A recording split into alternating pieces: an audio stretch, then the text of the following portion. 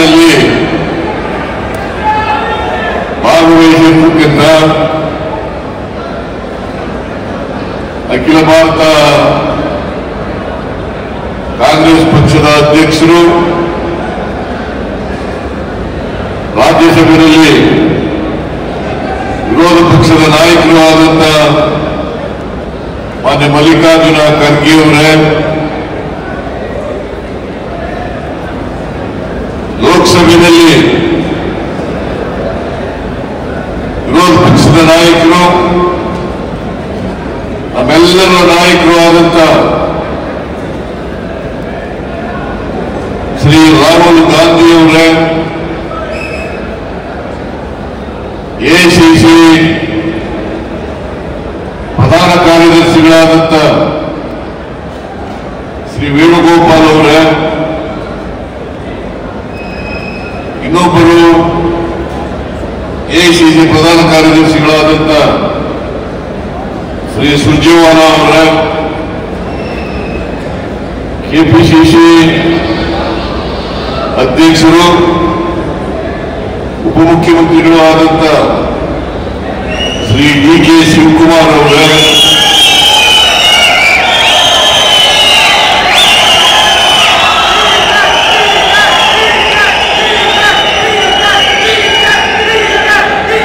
ಎಲ್ಲ ಸಹೋದ್ಯೋಗಿಗಳೇ, ಲೋಕಸಭಾ ಮತ್ತು ರಾಜ್ಯಸಭಾ ಸದಸ್ಯರುಗಳೇ, ವಿಧಾನಸಭೆಯ ಮತ್ತು ವಿಧಾನ ಪರಿಷತ್ತಿನ ಸದಸ್ಯರುಗಳೇ, ಮಾಜಿ ಮಂತ್ರಿಗಳೇ, ಮಾಜಿ ಲೋಕಸಭಾ ರಾಜ್ಯಸಭಾ ಸದಸ್ಯರುಗಳೇ, ಮಾಜಿ ವಿಧಾನಸಭಾ ವಿಧಾನ ಪರಿಷತ್ತಿನ ಸದಸ್ಯರುಗಳೇ,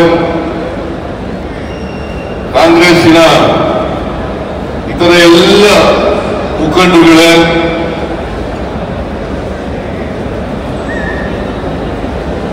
ಮುಂಚೂಣಿ ಘಟಕಗಳ ಎಲ್ಲ ಪದಾಧಿಕಾರಿಗಳೇ, ಇಲ್ಲಿ ಇಷ್ಟೊಂದು ಬೃಹತ್ ಸಂಖ್ಯೆಯಲ್ಲಿ ಆಗಮಿಸಿರ್ತಕ್ಕಂಥ ಎಲ್ಲ ಆತ್ಮೀಯ ಕಾರ್ಯಕರ್ತ ಬಂಧುಗಳೇ, ತಾಯಂದಿರೇ, ಯುವಕ ಮಿತ್ರರೇ, ಮಾಧ್ಯಮದ ಗೆಳೆಯರು, ಈಗಾಗಲೇ ಮಾತನಾಡಿದಂತ ಮಾನ್ಯ ಖರ್ಗೆಯವರು, ಮಾನ್ಯ ರಾಹುಲ್ ಗಾಂಧಿಯವರು ಈ ಸಭೆಯ ಉದ್ದೇಶವನ್ನ ಪ್ರಸ್ತಾಪ ಮಾಡಿ ಅನೇಕ ವಿಚಾರಗಳನ್ನ ನಿಮ್ಮ ಮುಂದೆ ಪ್ರಸ್ತಾಪ ಮಾಡಿದ್ದಾರೆ. ಹಾಗಾಗಿ ನಾನು ಹೆಚ್ಚು ಮಾತನಾಡಲಿಕ್ಕೆ ಹೋಗಲ್ಲ. ಈ ಪ್ರತಿಭಟನಾ ರ್ಯಾಲಿ ಕರ್ನಾಟಕದಿಂದ ಪ್ರಾರಂಭ ಆಗಿದೆ, ಬೆಂಗಳೂರಿನಿಂದ ಪ್ರಾರಂಭ ಆಗಿದೆ. ಈಗಾಗಲೇ ರಾಹುಲ್ ಗಾಂಧಿ ಅವರು ಈ ಹೋರಾಟವನ್ನ ಕೈಗೆತ್ತಿಕೊಂಡು ನಿನ್ನೆ ನೀವೆಲ್ಲ ನೋಡಿರ್ಬೋದು, ಅವರು ಪತ್ರಿಕಾ ಸಂದರ್ಶನವನ್ನ ಮಾಡಿ ಅನೇಕ ವಿಚಾರಗಳನ್ನ ಹೇಳಿದ್ದಾರೆ. ಈ ವಿಚಾರಗಳನ್ನ ಹೇಳುವಾಗ ಕೇವಲ ಒಬ್ಬ ರಾಜಕಾರಣಿಯಾಗಿ ಮಾಡ್ತಕ್ಕಂಥ ಆಪಾದನೆಗಳಲ್ಲ, ಅವರು ಇದ್ರ ಬಗ್ಗೆ ಸಂಪೂರ್ಣವಾಗಿ ಅಧ್ಯಯನ ಮಾಡಿ ಸಾಕ್ಷ್ಯಾಧಾರಗಳನ್ನ ಇಟ್ಕೊಂಡು ಮುಂದೆ ಪ್ರಸ್ತಾಪ ಮಾಡಿದ್ದಾರೆ. ಈಗ ನಮ್ಮ ಸಂವಿಧಾನ ಇದೆಯಲ್ಲ, ಪ್ರಜಾಪ್ರಭುತ್ವವನ್ನು ನಾವು ಒಪ್ಕೊಂಡಿದ್ದೀವಿ, ಸಂವಿಧಾನವನ್ನು ರಚನೆ ಮಾಡ್ಕೊಂಡಿದ್ದೀವಿ. ಈ ದೇಶಕ್ಕೆ ಬೇಕಾದಂತ ಸಂವಿಧಾನ, ನಮ್ಮ ಸಮಾಜಕ್ಕೆ ಬೇಕಾದಂತ ಸಂವಿಧಾನವನ್ನು ರಚನೆ ಮಾಡ್ಕೊಂಡಿದ್ದೀವಿ. ಸಂವಿಧಾನ ಬಂದ ಮೇಲೆ, ಜಾರಿಯಾದ ಮೇಲೆ ಒಬ್ಬ ವ್ಯಕ್ತಿಗೆ ಒಂದು ಓಟು, ಒಬ್ಬ ವ್ಯಕ್ತಿಗೆ ಒಂದು ಓಟು, ಅದು ಪುರುಷ ಆಗಿರಲಿ, ಮಹಿಳೆ ಆಗಿರಲಿ, ಶ್ರೀಮಂತ ಆಗಿರಲಿ, ಬಡವ ಬಡವರಾಗಿರಲಿ, ರಾಷ್ಟ್ರಾಧ್ಯಕ್ಷರಾಗಿರಲಿ ಅಥವಾ 4ನೇ ದರ್ಜೆ ನೌಕರರಾಗಿರಲಿ, ಎಲ್ಲರಿಗೂ ಒಂದೇ ಓಟು. ಈ ಓಟರ್ ಮೂಲಕ ಜನ 5 ವರ್ಷಕ್ಕೊಮ್ಮೆ ಚುನಾವಣೆಗಳಾಗ್ತವೆ. ಈ ಚುನಾವಣೆಗಳನ್ನು ನಡೆಸ್ತಕ್ಕಂಥವರು ಚುನಾವಣಾ ಆಯೋಗದವರು. ಚುನಾವಣಾ ಆಯೋಗ ಸಂವಿಧಾನ ರೀತಿಯ ನಡ್ಕೋಬೇಕಾಗ್ತದೆ. ಯಾವುದೇ ಕಾರಣಕ್ಕೆ ನ್ಯಾಯಸಮ್ಮತವಾದಂತಹ ಚುನಾವಣೆಗಳನ್ನು ಮಾಡಿ ಯಾರು ಬಹುಮತವನ್ನು ಗಳಿಸ್ತಾರೆ ಕಾನೂನು ರೀತಿಯ ಅವರಿಗೆ ಅಧಿಕಾರವನ್ನ ಸಿಗ್ತಕ್ಕಂಥದ್ದು ಪ್ರಜಾಪ್ರಭುತ್ವದ ಮೂಲತತ್ವ. ಅದರಿಂದ ಈ ವೋಟಿಂಗ್ ರೈಟ್ ಇದೆಯಲ್ಲ, ಈ ವೋಟಿಂಗ್ ರೈಟ್ ಸಂವಿಧಾನ ಕೊಟ್ಟಿರ್ತಕ್ಕಂಥದ್ದು, ನಮಗೆ ಸಂವಿಧಾನ ಕೊಟ್ಟಿರ್ತಕ್ಕಂಥದ್ದು. ಇದನ್ನ ಯಾರಿಂದೂ ಕೂಡ ಕಿತ್ಕೊಳ್ಳಲಿಕ್ಕೆ ಸಾಧ್ಯ ಆಗಲ್ಲ ಅಥವಾ ನಾಶ ಮಾಡಲಿಕ್ಕೆ ಸಾಧ್ಯ ಆಗಲ್ಲ. ಇದು ಮೂಲಭೂತವಾದಂತಹ ಹಕ್ಕು ಅಂತಕ್ಕಂಥದ್ದನ್ನ ನಾವೆಲ್ಲರೂ ಕೂಡ ಅರ್ಥ ಮಾಡ್ಕೋಬೇಕಾಗ್ತದೆ. ಅದಕ್ಕೋಸ್ಕರ ನಾವು ಇದನ್ನ ಬಹಳ ಎಚ್ಚರಿಕೆಯಿಂದ ಚುನಾವಣೆಗಳನ್ನ ಮಾಡಬೇಕು. ನಾವು ನಮ್ಮ ಹಕ್ಕನ್ನು ಚಲಾಯಿಸ್ತಕ್ಕಂಥದ್ದನ್ನ ಮಾಡಬೇಕಾಗ್ತದೆ ಅಂತಕ್ಕಂಥ ಮಾತುಗಳನ್ನು ಈ ಸಂದರ್ಭದಲ್ಲಿ ಹೇಳಲಿಕ್ಕೆ ಬಯಸ್ತಾ ಇದ್ದೇನೆ. ಈ ಮನುವಾದಿಗಳು ಬಿಜೆಪಿಯವರು, ಅವ್ರಿಗೆ ಯಾವತ್ತೂ ಕೂಡ ನಮ್ಮ ಸಂವಿಧಾನದ ಮೇಲೆ ಗೌರವ ಆಗಲಿ, ಸಂವಿಧಾನದಂತೆ ನಡ್ಕೊಳ್ತಕ್ಕಂಥದ್ದಾಗ್ಲಿ ಇಲ್ಲ ಅಂತಕ್ಕಂಥದ್ದನ್ನು ನಾವು ಇತಿಹಾಸವನ್ನು ನೋಡಿದಾಗ ಬಹಳ ಸ್ಪಷ್ಟವಾಗಿ ಗೊತ್ತಾಗಲಿಕ್ಕೆ ಸಾಧ್ಯ ಆಗ್ತದೆ. ಈ ಸಂವಿಧಾನ ರಚನೆಯಾಗಿ ಬಾಬಾ ಸಾಹೇಬ್ ಅಂಬೇಡ್ಕರ್ ಅವರು ಈ ಸಂವಿಧಾನವನ್ನು ಮಾಡಿದರು. ಮಹಾತ್ಮ ಗಾಂಧೀಜಿಯವರ ನೇತೃತ್ವದಲ್ಲಿ ಈ ದೇಶಕ್ಕೆ ಸ್ವಾತಂತ್ರ್ಯ ಬಂತು. ಸ್ವಾತಂತ್ರ್ಯ ಬಂದ ಮೇಲೆ ಸಂವಿಧಾನ ರಚನೆಯಾದದ್ದು. ಇದನ್ನ ನಾವು ಅರ್ಥ ಮಾಡ್ಕೋಬೇಕಾಗ್ತದೆ. ಆದ್ರಿಂದ ಈ ಮತ ಹಕ್ಕಿದೆಯಲ್ಲ, ಈ ಮತ ಹಕ್ಕನ್ನ ಯಾರನ್ನು ಕೂಡ ಕಸಿಕೊಳ್ತಕ್ಕಂಥದ್ದಾಗ್ಲಿ, ನಾಶ ಮಾಡ್ತಕ್ಕಂಥದ್ದಾಗ್ಲಿ ಅಥವಾ ಇನ್ನೊಬ್ರು ಇದನ್ನ ಪರಿಗಣಿಸ್ತಕ್ಕಂಥದ್ದಾಗ್ಲಿ, ಮತ ಹಾಕ್ತಕ್ಕಂಥದ್ದಾಗ್ಲಿ ಆಗ್ಲಿಕ್ಕೆ ಸಾಧ್ಯ ಇಲ್ಲ. ಇದನ್ನ ನಾವೆಲ್ಲರೂ ಕೂಡ ಅರ್ಥ ಮಾಡ್ಕೊಂಡಿದ್ದೀವಿ ಅಂತಕ್ಕಂಥದ್ದು ನನ್ನ ಭಾವನೆ. ಅದರಿಂದ ಮನುವಾದಿಗಳು ಈ ವೋಟಿಂಗ್ ಪ್ಯಾಟರ್ನ್ನೇ, ಈ ಮೂಲಭೂತ ಹಕ್ಕನ್ನೇ ಕಸಿಕೊಳ್ತಕ್ಕಂಥ ಪ್ರಯತ್ನವನ್ನು ಮಾಡ್ತಾ ಇದ್ದಾರೆ. ಅದರಿಂದ ರಾಹುಲ್ ಗಾಂಧಿ ಅವರು ಇವತ್ತು ಅಧ್ಯಯನವನ್ನು ಮಾಡಿ ಈ ಬೆಂಗಳೂರು ಸೆಂಟ್ರಲ್ ಲೋಕಸಭಾ ಕ್ಷೇತ್ರ, ಅದರಲ್ಲಿ ಒಂದು ಮಹದೇವಪುರ ಅಂತ ಹೇಳಿ ವಿಧಾನಸಭಾ ಕ್ಷೇತ್ರ ಬರ್ತದೆ. ಆ ಮಹದೇವಪುರ ವಿಧಾನಸಭಾ ಕ್ಷೇತ್ರದಲ್ಲಿ ನಾವು ಅಲ್ಲಿವರೆಗೆ ಎಲ್ಲ ಕ್ಷೇತ್ರಗಳನ್ನು ಕೂಡ ಮುಂದೆ ಇದ್ದು ಮಹದೇವಪುರ ವಿಧಾನಸಭೆ ಕ್ಷೇತ್ರಕ್ಕೆ ಬಂದಾಗ ನಾವು 1 ಲಕ್ಷ ಚಿಲ್ಲರೆಯಿಂದ ನಾವು ಮತ ಗಳಿಕೆಯಲ್ಲಿ ಕಡಿಮೆ ಆಗ್ತದೆ. ಅವರು 1 ಲಕ್ಷಕ್ಕಿಂತ ಹೆಚ್ಚು ಮತಗಳನ್ನ ಅಲ್ಲಿ ಪಡ್ಕೊಳ್ಳಲಿಕ್ಕೆ ಸಾಧ್ಯ ಆಗ್ತದೆ. ಈ ತರ ಇಡೀ ದೇಶದಲ್ಲಿ ಹೀಗಾಗಿದೆ. ಯಾವತ್ತೂ ಕೂಡ ಈಗ ಕರ್ನಾಟಕ ಉದಾಹರಣೆಗೆ ನಾವು ತಗೊಂಡ್ರೆ ಯಾವತ್ತೂ ಕೂಡ ಭಾರತೀಯ ಜನತಾ ಪಕ್ಷದವರು 2018 ಇರ್ಬೋದು, 2018 ಇರ್ಬೋದು, 2019 ಇರ್ಬೋದು, ಯಾವಾಗಲೂ ಕೂಡ ಬಹುಮತವನ್ನು ಪಡ್ಕೊಂಡಿಲ್ಲ. 2018ರಲ್ಲಿ ಹಿಂಭಾಗದಿಂದ ಸರ್ಕಾರಕ್ಕೆ ಬಂದರು, ಆಪರೇಷನ್ ಕಮಲವನ್ನು ಮಾಡಿದ್ರು.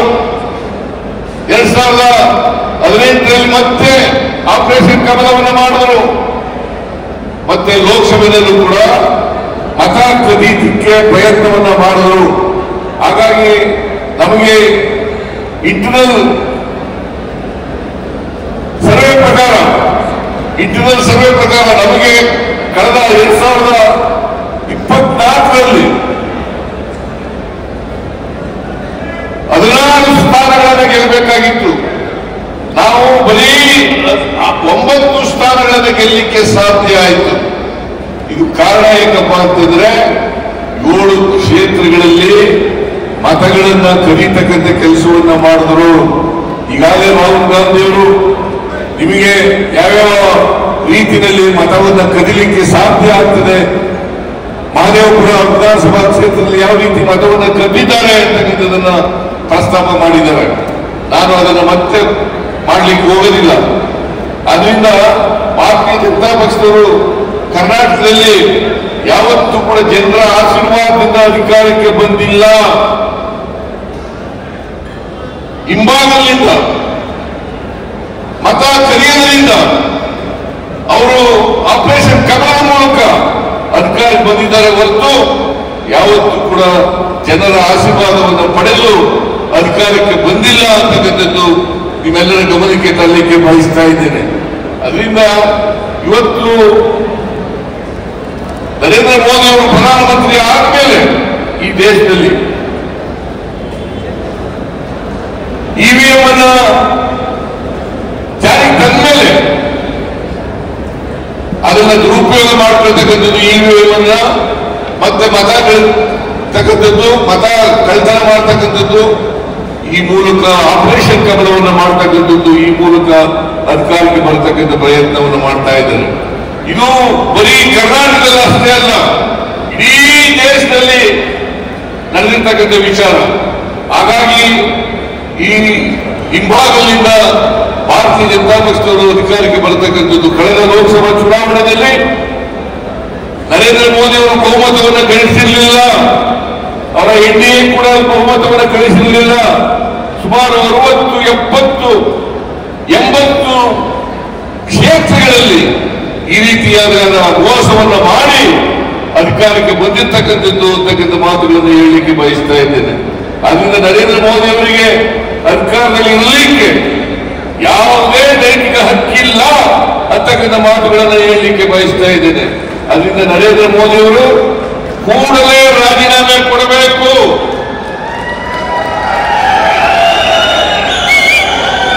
ಕೂಡಲೇ ರಾಜೀನಾಮೆಯನ್ನು ಕೊಟ್ಟು ಮತ್ತೆ ಚುನಾವಣೆಯನ್ನು ಎದುರಿಸಿ ಸಂವಿಧಾನಬದ್ಧವಾಗಿ ಯಾವುದೇ ಮೋಸವನ್ನು ಮಾಡದೆ, ತಂತ್ರಗಾರಿಕೆಯನ್ನು ಮಾಡದೇನೆ ಎದ್ದು ಬಂದ್ರೆ ಜನರ ಆಶೀರ್ವಾದ ಯಾರು ಇರ್ತದೆ ಅವ್ರು ಮಾತ್ರ ಅಧಿಕಾರದಲ್ಲಿ ಇರಲಿಕ್ಕೆ ಸಾಧ್ಯ ಆಗ್ತದೆ. ಈ ಎಲೆಕ್ಷನ್ ಚುನಾವಣಾ ಆಯೋಗ ಇದೆಯಲ್ಲ, ಅದು ಒಂದು ಬಿಜೆಪಿಯ ಬ್ರಾಂಚ್ ಆಫೀಸ್ ತರ ಕೆಲಸ ಮಾಡಲಿಕ್ಕೆ ಪ್ರಾರಂಭ ಮಾಡಿದೆ. ಬಿಜೆಪಿಯ ಬ್ರಾಂಚ್ ಆಫೀಸ್ ಅಲ್ಲಿರ್ತಕ್ಕಂಥವರೆಲ್ಲರೂ ಕೂಡ ಬಿಜೆಪಿ ಏನ್ ಹೇಳ್ತದೆ ಅದನ್ನೇ ಮಾಡ್ತಕ್ಕಂಥ ಕೆಲಸವನ್ನ ಮಾಡ್ತಾರೆ. ಹಾಗೆ ಇದನ್ನ ನಾವೆಲ್ಲ ತಿಳ್ಕೋಬೇಕಾಗ್ತದೆ. ಅದಕ್ಕೋಸ್ಕರ ಇವತ್ತು ಸೆಂಟ್ರಲ್ ಎಲೆಕ್ಷನ್ ಕಮಿಷನ್ ಅದರ ವಿರುದ್ಧ ಇಲ್ಲಿ ಚೀಫ್ ಎಲೆಕ್ಷನ್ ಕಮಿಷನರ್,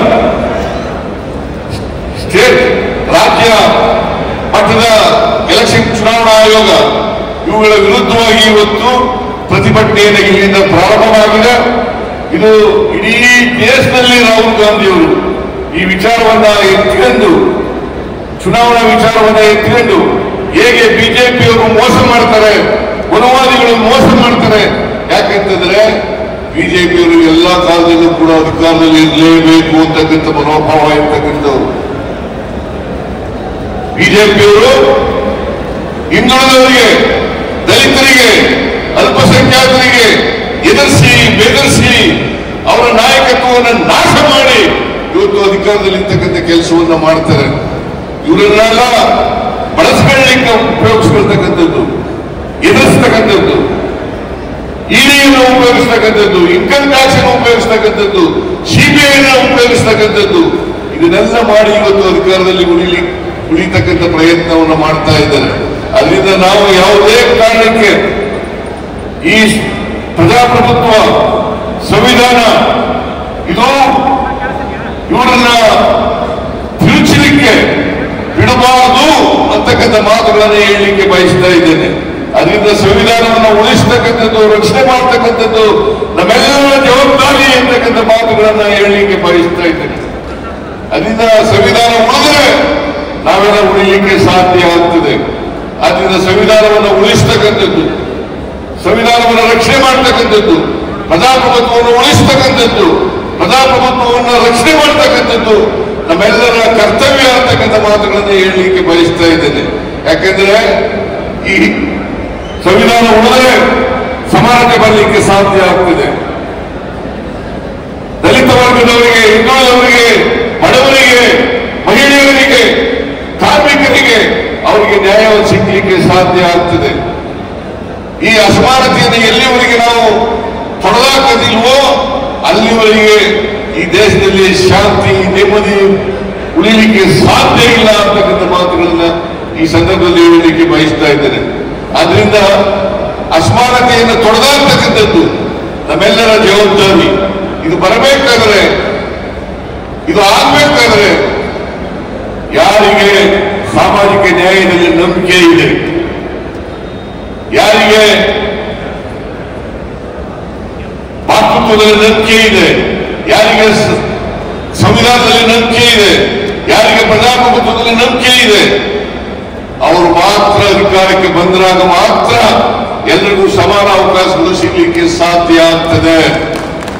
ಈ ಸಮಾನ ಅವಕಾಶಗಳು ಸಿಗಬೇಕಾದ್ರೆ ಕಾಂಗ್ರೆಸ್ ಪಾರ್ಟಿಯಿಂದ ಮಾತ್ರ, ಅದು ರಾಹುಲ್ ಗಾಂಧಿ ಅವರಿಂದ ಮಾತ್ರ ಅಂತಕ್ಕಂಥ ಮಾತುಗಳನ್ನು ಹೇಳಲಿಕ್ಕೆ ಬಯಸ್ತಾ ಇದ್ದೇನೆ. ರಾಹುಲ್ ಗಾಂಧಿಯವರು ಸಾಮಾಜಿಕ ನ್ಯಾಯಕ್ಕೆ, ದಲಿತ ವರ್ಗದವರಿಗೆ, ಹಿಂದುಳಿದವರಿಗೆ, ಯಾರ್ಯಾರಿಗೆ ಸಮಾನ ಅವಕಾಶಗಳು ಸಿಕ್ಕಿಲ್ಲ ಅವರೆಲ್ಲರ ಪರವಾಗಿ ಇವತ್ತು ಹೋರಾಟ ಮಾಡ್ತಕ್ಕಂಥ ಕೆಲಸವನ್ನು ಮಾಡ್ತಾ ಇದ್ದಾರೆ.